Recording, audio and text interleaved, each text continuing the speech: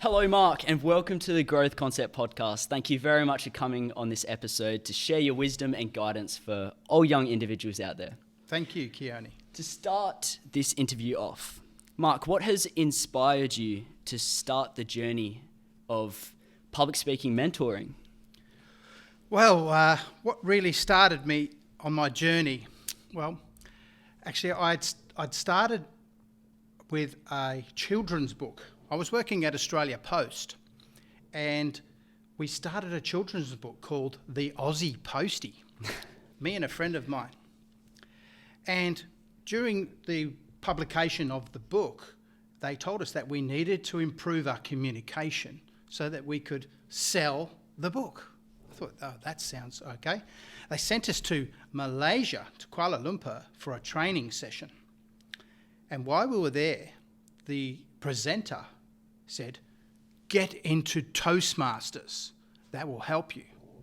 I'd never heard of Toastmasters ever before. So I got back to Perth and I looked up Toastmasters and I went to a club and it blew me away. It absolutely blew me away how good they were. So I can't say that I've been on a mission. I think the mission found me in a way. Yeah, right. Yeah. And so I started on my communication journey through Toastmasters and then found my true calling, I think, in communicating with others and teaching others communication skills through my own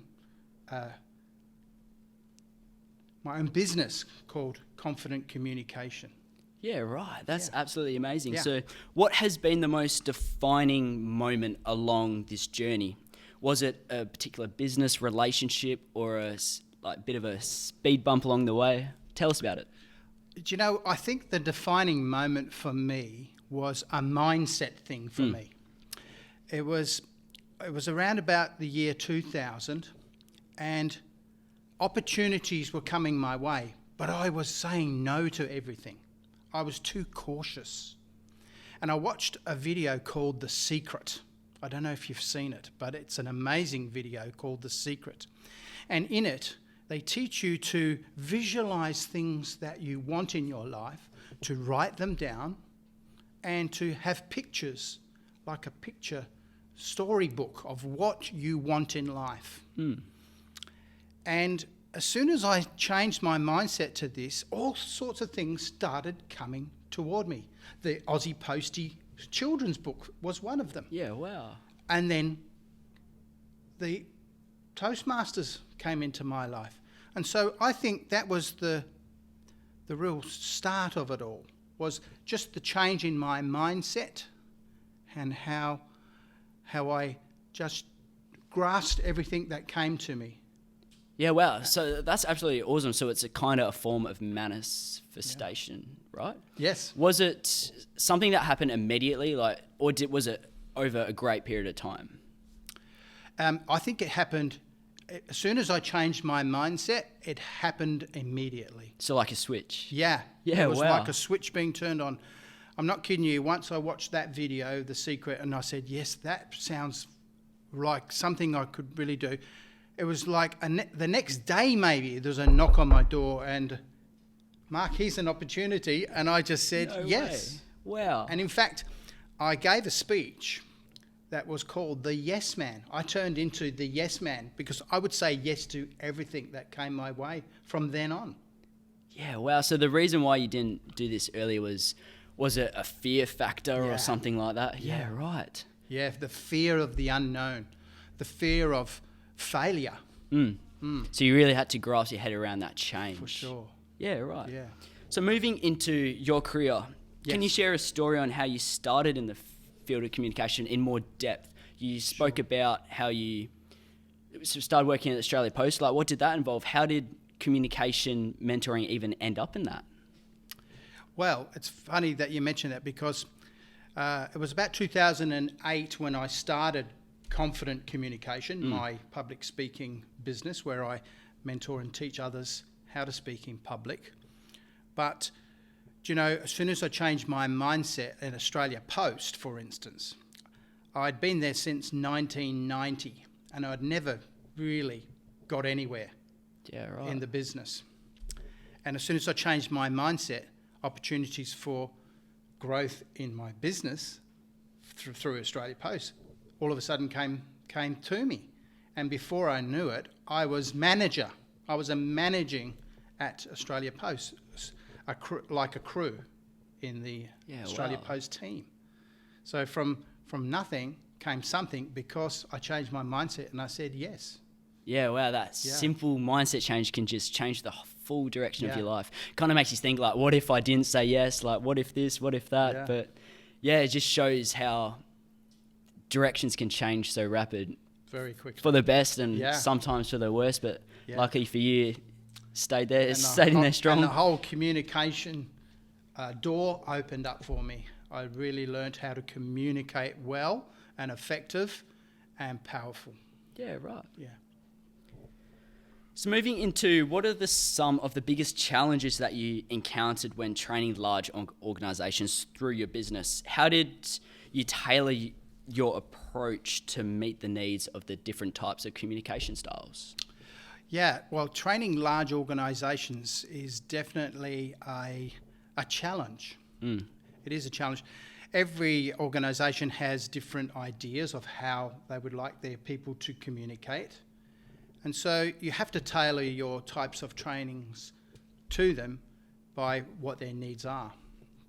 But really, when you come down to communication, it's the basics. I love to teach the basics. Where do you put your hands? Where do you put your eyes? What do you do with your arms? All of these things I teach because they are the basics. And once you get over those basics, it's amazing how much it changes your confidence. How you become so much more confident when speaking not just to people but to groups of people. Yeah, for sure. So yeah, training large organisations was tough and it's hard with lots of people. But we developed some great programs that they could get into. That was very short and sharp, but it got them to stand up in front, because you can watch training videos till the cows come home, but until you get up there and do it, you're not learning. 100%. So by getting up there and doing it, that's when you're learning. And that's what we provide in our trainings. Yeah, right. What were some of the courses that you provided? Was it just the basics, or did you go into the more advanced side of things? Yeah. Well, sometimes we would do a more advanced trainings for some people. Of course, trainings these days change a lot too. There's a lot of online communication now, which changes quite a lot. What are your thoughts on that? Like, it's all virtual now. Obviously, that's got to have an impact. Yeah, sure, it did. Well, it was something that I at first shunned. I didn't quite like the online training, but lots of people are doing it now, so you have to get your head around it. And you're not now speaking to lots of people where you're looking around rooms and looking at people. You're looking at a tiny camera, and your camera is the whole audience. And how important is it to look into that camera and use the space that you've got? You've only got this much space, right? And so your whole communication comes down to a small screen. And it's an art. It is an art to be able to do that. Do you find that has an effect on the individual's progress, whether it's slower, quicker, or purely based on the individual? No, not really. I don't think that online training makes it any quicker. I think it's pretty much the same. Yeah, right. It's just a different atmosphere. Yeah. I think people speaking to an audience have much more fear of that than they do speaking to a little camera. Yeah, 100%, especially with a phone in your hand all the time. Totally, yeah. So moving into, obviously you had a business, changes come up and you got to adapt quickly. Yeah. With staying up to date with the latest communication trends, if that's what you call it, how did you do that? Tell us about that. Yeah, well, a lot of things started coming out like TikTok and things like that, yeah. So, it's a whole new learning experience. Yeah. I think talking to younger people, asking them how do they communicate now is a good way to find out about those types of fields and it's important to learn how to do all of that. Like what you're doing now, Kiona, is it's amazing to me. Cheers. So, yeah, that's the road I started going down, of learning about the new types of communications that we can have, and learning about them and developing some training on those fields. Yeah, at least with like knowing the basics of where you put your eyes, where you keep your hands, you can apply that to obviously your virtual and in real life presentations as well. So that's very valid. I'm sure we can all take something home from that. Absolutely. So moving into effective communication. Yeah. Based on your experiences, do you think the younger generation is going to struggle grasping the process of communication, in your opinion? Well, I do, I'm afraid. I am concerned about the younger generation now. They seem to be quite caught up in online presence. Yeah. Completely online presence. And speaking to groups now and to people has become a little bit rare for younger people. And so I am a bit concerned that the youth of today are going to struggle with communication. That's why I think Toastmasters is an amazing organisation that really does help. And I've seen a lot of young people now come through Toastmasters. So tell us a bit about what is Toastmasters, because I have no idea. You have no idea. I think you do. Well, Toastmasters is a worldwide organisation founded in 1924. So 100 years right now, 100 years celebration for Toastmasters International. And it's a place where you can go and develop your public speaking skills in a friendly environment. What do you mean by a friendly environment? Everyone is very supportive and they give positive feedback. Never any criticism of how you speak or what you do. There is a set plan in place where you can slowly develop your public speaking skills, and even leadership skills you can learn too in Toastmasters. And there's never any pressure on you to go as fast as you like or as slow as you like. But I find that most people really do come along. I find around about 3 month mark, once they've been there for around about 3 months, you can see a huge change in them. Yeah, wow. A huge change. So Toastmasters is an amazing organisation. Yeah, right. I'll definitely keep that in mind. And for the listeners as well, I'm sure it's accessible in there in all different areas, correct? Yes. Yeah, awesome. So moving into your perspective on what effective communication really is. Like, what is effective communication to you? I really think that effective communication is about your listening skills. This is something I really want the youth to think about, is you have to listen with intent to answer people's questions. Because when your mind is fully focused on yourself, you're only trying to get what you want. If you're not taking the people that are speaking to you and listening to really what they say, how can you effectively communicate to them? Yeah, how exactly. can you? So I think, that the true effective communication is effective listening. And do you mind highlighting a couple of key points that effective listening involves? What does that involve? Really listening to what's been said, and when you do communicate back, to be clear, to be succinct. What does that mean? To be really understandable of what you're saying. What are your points? What do you want to get across? And be clear and succinct, again, about what you're saying. Get your point across.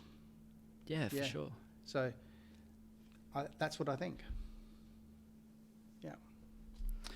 With obviously doing this Toastmasters, and as you were saying, you're seeing a lot more younger people come along, some mature, some younger. What are some common barriers you see these younger individuals facing? Is it a fear thing, anxiety thing, or a speech thing? Do you mind sharing that with us? I think it might be a little bit of self-belief for a lot of young people. You know, I remember when I was young, I didn't have a lot of self-belief either. But I think I see a lot more of it now in the youth of today. Their self-belief in themselves, because they're not taught these things at school. Communication is not taught at school. It's something that you have to learn along the way. And so by providing these communication trainings, it can help the youth to be able to do that. So, yeah, I think self-belief, learning to be able to sell themselves as well, in job interviews, for instance, really important. Yeah. Great skill to have is how to sit at a job interview. I'd like to tell you a quick story about a guy that came to me for some training. He was running for the Naval Academy for officers, naval officers. It was very important to him. He came to me and I gave him some great training. We tackled the questions that he may get in the interview, and this young man aced it, absolutely aced it. He is now a high-ranking officer in the Navy. It's one of my proudest achievements, actually. So, yeah, this young fella, Josh. Yeah, wow, that's amazing. In the military. Was that a self-belief thing that he may have struggled with before? Yeah, for sure. He wasn't sure how he would go about these interviews with the naval officers that he had to get through, and he didn't know what to say. So we just structured some great training for him on how he would go about answering these questions, how about selling himself. Because that's definitely what you have to do in a job interview, is to sell yourself. Do you mind giving us a couple of points on what that actually involves? Well, you in a way you have to brag about yourself a little bit. What you can bring, what can you bring to this organisation? About the things you've done in the past, maybe something that you've done to be able to motivate people. Yeah, for sure. So definitely like having that win-win mindset going on. Yeah, and you were saying earlier about you had self-belief barriers as such, and you were saying that you see that in some younger people today. How do we overcome these self-belief barriers? Well, I think you just have to start, don't you? Really. No matter how scary it is. No matter how hard it is going to be, you have to take that first step. And so, like I said before, say yes to everything. Don't worry about if you think you can't do it or there's a barrier there. Take the step and try it and take it on, because you never know what you can do. Definitely. You really can't. You don't know how good you can be until you take a chance. So essentially with overcoming that belief barrier is just full sending, go for it, essentially. Yeah. And just start. You've got to start. You have to make a start. People say to me all the time, I'm just not ready, Mark. I'm not ready yet. Well, you know what? You're never going to be ready. You're never going to be ready. So just start anyway. Yeah, for sure. Okay. You're going to make mistakes along the way. Yeah, definitely. That's okay. Yeah. With your business, what was the name of this business again? Confident Communication. Confident Communication. Tell us more about that experience with training these organisations, because I'm sure there must have been a lot of pressure going back on you with performance and stuff. Tell us about that, about your journey through these big corporations. Okay, sure. So 2008, I was starting to go into the leadership of district Toastmasters here in Western Australia, and someone said I was training lots of club officers, leaders in Toastmasters, and someone said to me, Mark, you're a great trainer. You should start your own business. And I went, really? What? I didn't think I could do that sort of thing. So I contacted someone that I knew who was doing training in Victoria. Yeah, right. They were doing their own training in Victoria, and she gave me some great advice on how to get a business going. So I started a business plan. We got the website all set up, and I just launched.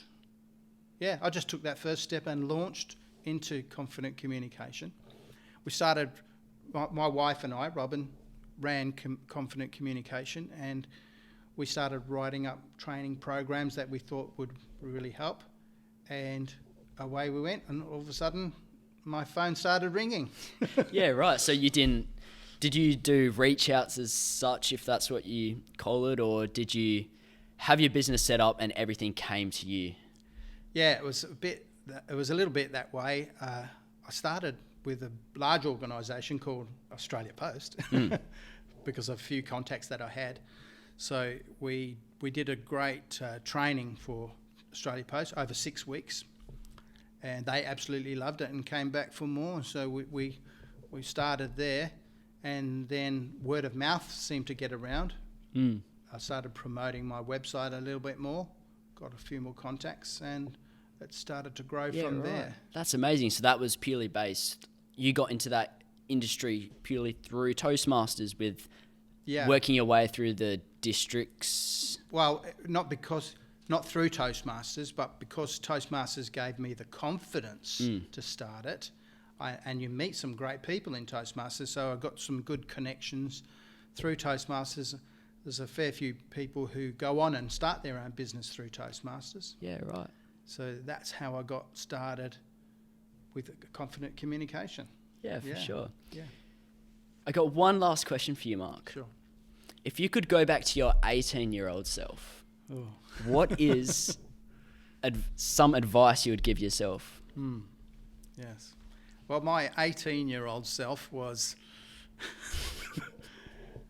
no knowledge whatsoever. I was sports crazy. Nothing else really mattered to me except for sports and girls. Fair enough.